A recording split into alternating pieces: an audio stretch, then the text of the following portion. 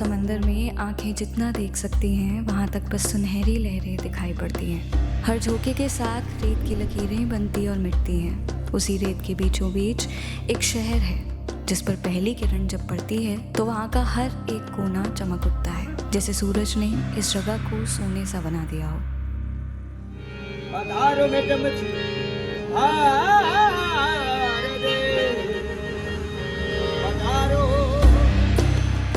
नीले आसमान के नीचे पीले पत्थरों से बनी हवेलियाँ, उनकी झरोखियों से झांकती रोशनी बताती है उन बुली बिसरी कहानियों की परछाइयाँ जो इन इमारतों में झलकती है। चाहे सर्दी हो या कड़ी गर्मी, परेशानियों में भी यहाँ के लोग मुस्कुराना जानते हैं। जब रात ढलती है तो रेगिस्तान के टीलों पर बिछी चांदनी रेत को ठंडी चादर में बदल देती है। Australia, and Jaisalmer is a beautiful, magnificent city.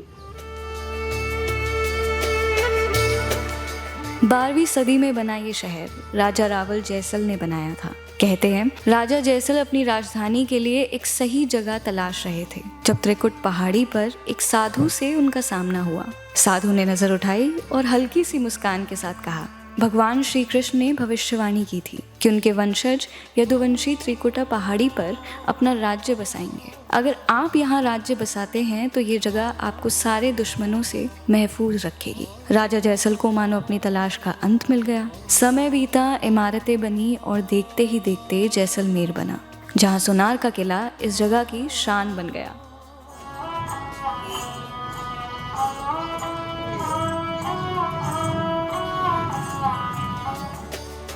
सोनार का किला और जैसलमेर की बाकी इमारतें बलुआ पत्थर से बनाई गई हैं जो इसे सुनहरा रंग देती हैं। इन पुरानी इमारतों की बारीक नक्काशी इस जगह को और खास बना देती है।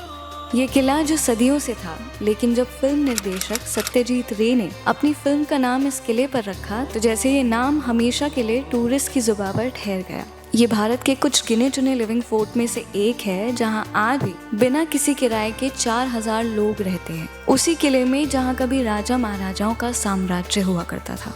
इस शहर के घरों की भी एक खास बात है। शादी का न्योता सिर्फ कागज पर नहीं बल्कि घरों की दीवारों पर भी बना हुआ होता है। मंदिरों की बात करें तो इसी किले के अंदर लक्ष्मीनाथ का मंदिर है जो जैसलमेर के आराध्य देवी लक्ष्मी और भगवान विष्णु के लिए बनाया गया था। इसकी वास्तुकला साधारण है, लेकिन दीवारों और छतों पर बनी देवी देवताओं की सुंदर चित्रकारी इसे खास बनाती है।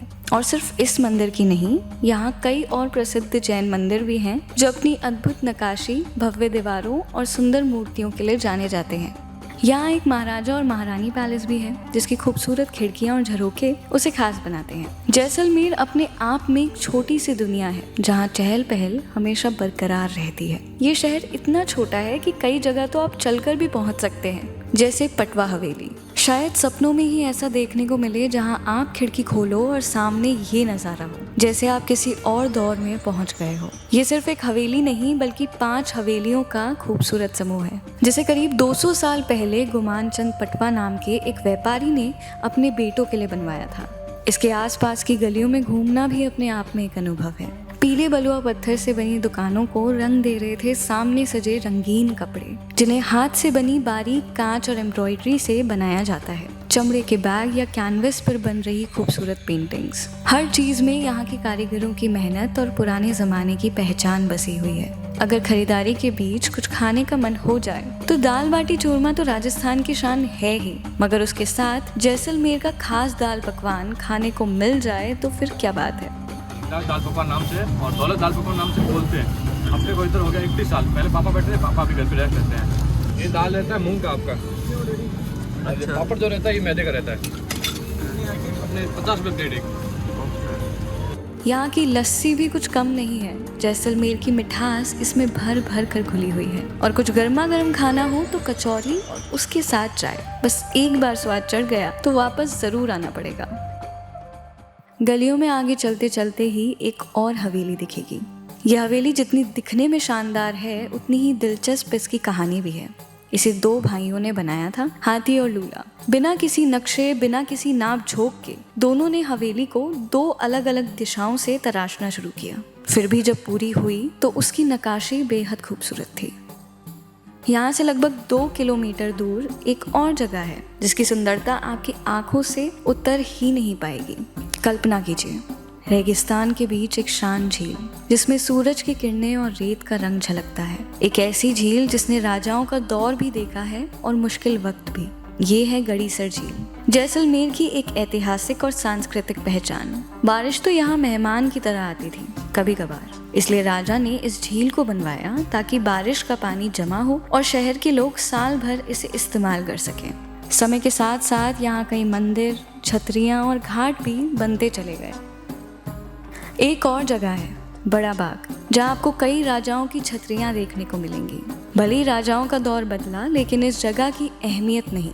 राज्य के संस्थापक और जैसलमेर राज्य के महाराजा जैत सिंह द्वितीय, जो कि महारावल जैसल सिंह के वंशज थे, उन्होंने अपने शासनकाल के दौरान एक बांध बनाया था जिससे ये क्षेत्र हरा भरा हो गया। उनके बाद जैत सिंह द्वितीय के बेटे लूणकरण ने झील के बगल में एक सुंदर बागीचा बनाया और उसके पास एक पहाड़ी पर अपने पिता के लिए छतरी का निर्माण करवाया। बाद में लूणकरण और बाकी आने वाले राजाओं के स्मारक और छतरियां भी यहाँ बनते चले गए। जैसलमेर की इतिहास की कहानियों में एक पन्ना ऐसा भी है जो एक रहस्य बन गया है, कुलधारा। इस गांव की कहानी इतनी दिल दहलाने वाली है कि ये गांव भारत की सबसे डरावनी जगहों में से एक है। सामने दिखते हुए टूटे मकान, आसपास ही बंजर जमीन। कहते हैं पालीवाल ब्राह्मणों का ये गांव कभी समृद्ध हुआ करता था, लेकिन फिर एक रात पूरी की पूरी आबादी हमेशा के लिए गायब हो गई और तब से कुलधारा सिर्फ एक गांव नहीं बल्कि एक सवाल बन गया है जिसका असल जवाब शायद ही अब कभी मिल पाए।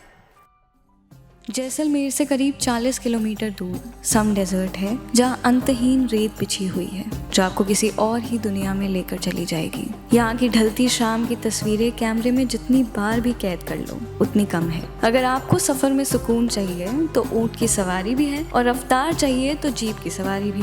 वीरान लगने वाला सम डेजर्ट जैसे शाम को जागने लगता है। दूर दूर तक सिर्फ तंबू लगे हुए दिखेंगे और हर ओर संगीत की मीठी धुन सुनाई देगी।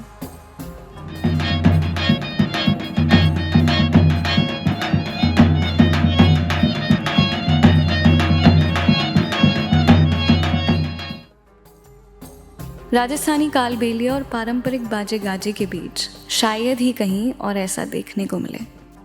और अगर जैसलमेर की पूरी संस्कृति को एक जगह देखना हो तो जैसलमेर डेजर्ट फेस्टिवल आ जाओ। यहाँ हर जगह रंग बिरंगे पोशाकों में सजे लोग, दूर दूर तक लोकगीत की गूंज, ऊँटों की सजी धजी कतारें और खुशी से खिले चेहरे। मानो जैसलमेर अपनी सबसे खूबसूरत तस्वीर दिखा रहा हो, कभी यहाँ की तस्वीरों में, कभी उन कहानियों में। जैसलमेर को महसूस करने के बाद यहाँ से जाना जरा मुश्किल है। रेत की तरह वक्त भी यहाँ हथेलियों से बहुत जल्दी फिसल जाता है, मगर यादों में ये फिर भी ठहर ही जाता है। शायद ये शहर वापस बुलाए और फिर कोई नया अनुभव दे जाए। ऐसी अमेजिंग वीडियोस के लिए हमारे चैनल JHS मीडिया को लाइक, शेयर एंड सब्सक्राइब करें। धन्यवाद।